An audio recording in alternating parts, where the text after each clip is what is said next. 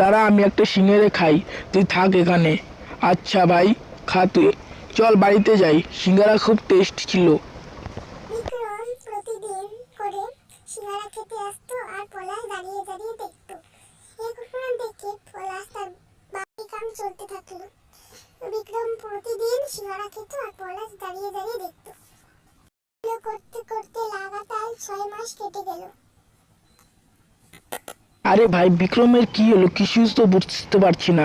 প্রতিদিন সিঙ্গারা খাস। বিক্রম প্রতিদিনকার মতন তার বাবার কাছে টাকা চেতে লাগলো। তার বাবা বলল, আজকে লাস্ট তোকে টাকা দিব, আর দেব। আজকে প্লিজ দাও না, আর চাবো না। বিক্রম আবার সিঙ্গারা খেতে দোকানে গেল। আর দোকানদার, দুটো সিঙ্গারা দাও তো। আচ্ছা বাবা, দিচ্ছি, দাঁড়াও।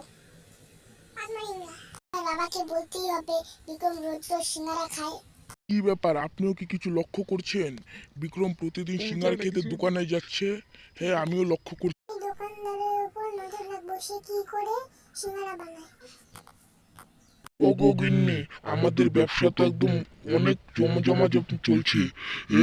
মানে এই খাওয়ার ইয়েটা মিশিয়ে। তারপর পলাশ গ্রামবাসীকে বলে বিক্রম খুব মার খাওয়ালো দোকানদারকে।